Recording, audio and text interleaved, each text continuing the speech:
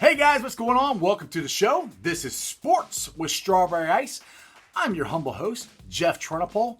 And as always, I'm bringing you sports from a West Side point of view right here in Cincinnati, Ohio.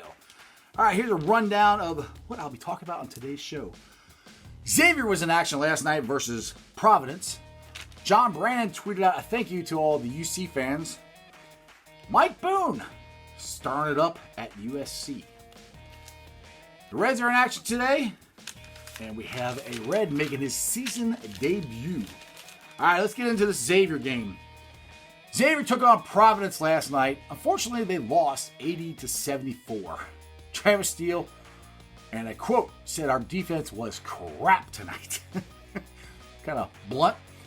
Xavier tried. They battled back from a 15-point deficit to make it a game. I think they got within 1 point of either tying or taking the lead at least 4 times. So it wasn't like the effort wasn't there. According to Travis Steele, the defense wasn't there. And I kind of said this about Kentucky yesterday with their differential of not letting a team score 66 points.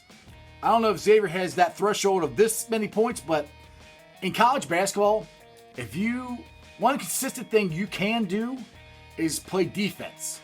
And defense, it's just a matter of effort. Getting your body in the right position to stop the other guy from scoring. The team that plays the best defense usually wins. And unfortunately, Xavier did not do that last night. But Providence won their 5th straight. Now, I don't think it hurts Xavier. I really don't think it hurts their chances of getting the NCAA tournament. I really do think they're going to get in. Like I said, they're in the Big East. There really is no bad losses in that conference. And they only lost 80-74. So it wasn't like they got blown out. And it was a game. They got close. So I really do think Xavier is going to get in. I think they're going to be a kind of a low seed, but they are getting into the NCAA tournament. We need UC to get in there. They got to win Saturday night. Speaking of UC, Coach John Brannen, last weekend lost his father. And it's been a very, very tough week for him and his family because, well, he had to leave and go coach UC in Houston and in Florida. Well, John Brannen tweeted out, "Our family cannot put into words how grateful we are to everyone that has reached out and offered their prayers, condolences, and the energy this has generated has been a great source of comfort to all of us. Thank you so much." So, moving forward, just keep the Brannen family in your thoughts and prayers. JB's got to coach the Bearcats Saturday night. They need a win. So this emotional roller coaster that JB's been on doesn't stop. I posted this on my Facebook page. You guys can read the Twitter there. It's also, I tweeted out on Sports with Strawberry Ice. The handle is Jeff A. Trenopole, TRENNEPOHL. All right, Bearcat fans, you remember our former AD, Mike Boone. Well, he's only been at USC for a couple months now. And he's told the Pac-12 that they are open for business. He said this on a 24/7 sports article. Basically, he didn't say that they were definitely leaving. He was just saying that Pac-12 schools average $11 million less per school than any of the Power 5 conferences. So, of course, it always comes down to money. Now, I heard this, like I said, I've said this before in different shows, that I like listening to other sports talk shows. Well, I was listening to the guys up in Columbus, Laurinaitis and, I can't remember. Laurinaitis used to be an Ohio State player, linebacker. Well, him and his co-host were talking about this, and I caught part of it. I didn't realize Mike Boone, was the one who said this in an article. Well, they went off on this big tangent. Well, Big Ten should get, USC. And, well, you know what? The Big Ten should just merge with the Pac-12. And you have the Big Ten going from New York all the way to California. You have like 26 teams and all that stuff. And I'm listening going, what?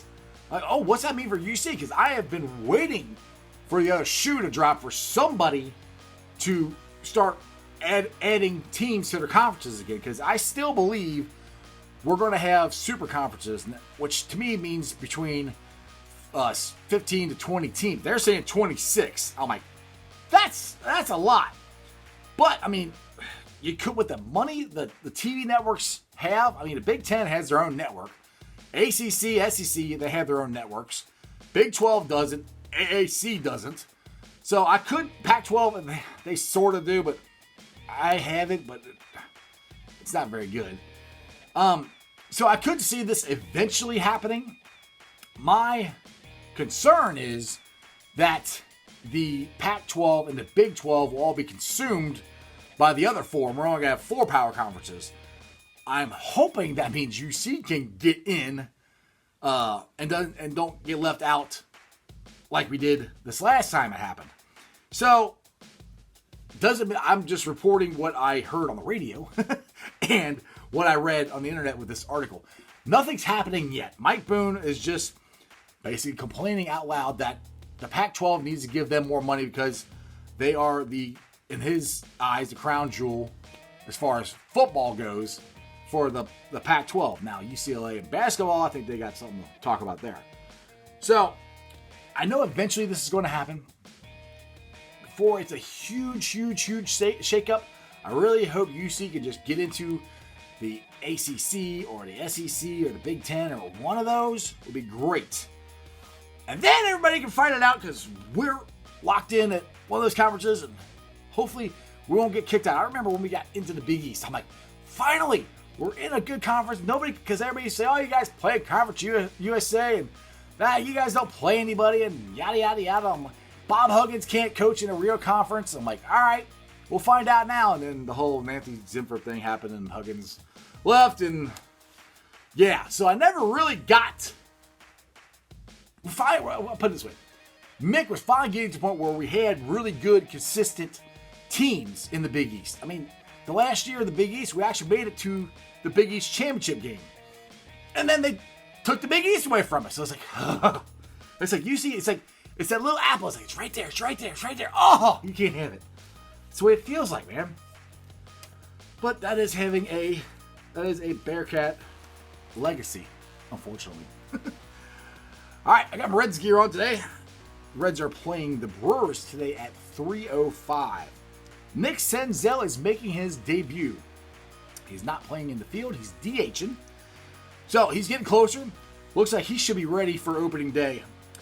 Unfortunately, Eugenio Suarez sounds like he had a setback on his shoulder. I don't know what he did. I just read an article that said he had a setback where they're now thinking he might not be ready at the beginning of the season, which personally, I really wasn't counting on him for the beginning of the season because when you injure a shoulder, they start cutting on it. You never know what's going to happen. I mean, the Cowboys said this before. He said, for a pitcher, they cut on your shoulder, it's never the same. And I'll speak to it on experience. I dislocated the shoulder about 11 years ago, and it still isn't the same. And I'm not even an athlete. I claim I used to be an athlete, but that was 20-something years ago. Okay, I posted this on the Facebook page, Sports with Strawberry Ice. And I find it interesting because the narrative for baseball, and the commissioner is confirming this on his actions of always trying to speed the game up. You know, with the new relief pitcher, he's got to have a 3-pitcher or 3-batter minimum now. It's constantly, this game's too slow. Nobody's going to want to sit there for 3 hours and watch a game. We got to speed this up.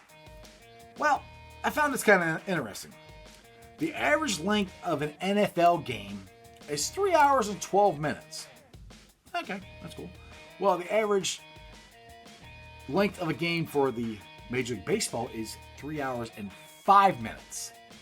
So, now I know everybody's like, okay, well, that's different because you got once a week, you get blocked out of time for 3 hours, you can sit down 3 hours and watch a football game.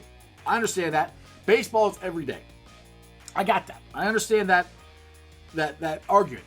But I don't understand the argument of where we have to shorten it because it's baseball. It's the only sport with no clock. It's not supposed to be played fast. It's supposed to be a thinking man's game. You got to think. You got to outthink your opponent sometimes. Like you're the batter. You got to outthink the pitcher. What's he going to throw? The pitcher's trying to fool the batter. It's a constant cat and mouse game. You know, you're always trying to trick the other guy. All the other games, most of them are read and react. I mean, football, I know they do try to to confuse the defense. The offense try to confuse the defense and vice versa. But once the play starts, it's just read and react and go. Basketball is the same way. They're all like that. Baseball, there really is no. The only read and react is the pitcher versus the batter. Everything else, you know, it's pretty by the book. My point is, people are always saying baseball is slow. Okay. Now, what do you mean by slow? Do you mean the length of the game is slow, or the way you play the game is slow? Because the game is supposed to be played slower. It's not a breakneck, fast-paced game. It's not. It was never designed to be that way. So I don't want to hear the argument anymore that we can't have 3-hour baseball games. Because you watch football for 3 hours. Actually, you watch it longer than that. Because you usually watch at least 2 games, probably 3. Because you got the noon game, you got the 4 o'clock game, then you got the Sunday night game. And you probably sit there and watch them all. I know I do. I just thought that was interesting and a good topic for discussion. If you guys have any thoughts about it, leave your comments down below. Tweet me out at Sports with Strawberry Ice. You can message me on Facebook. Same thing, Sports with Strawberry Ice. And as always, my show, every show, is brought to you by T Properties. T Properties, quality housing for quality people. Check out their website. It's www.tpropertiesllc.com for all your rental property management needs and your rental needs. All right, I got a couple other Facebook pages I'd like you to check out. These are sports pages. They're sports groups. We got Bengals Nation, Reds Country, and Bearcat Country. They're really fun groups to be a part of.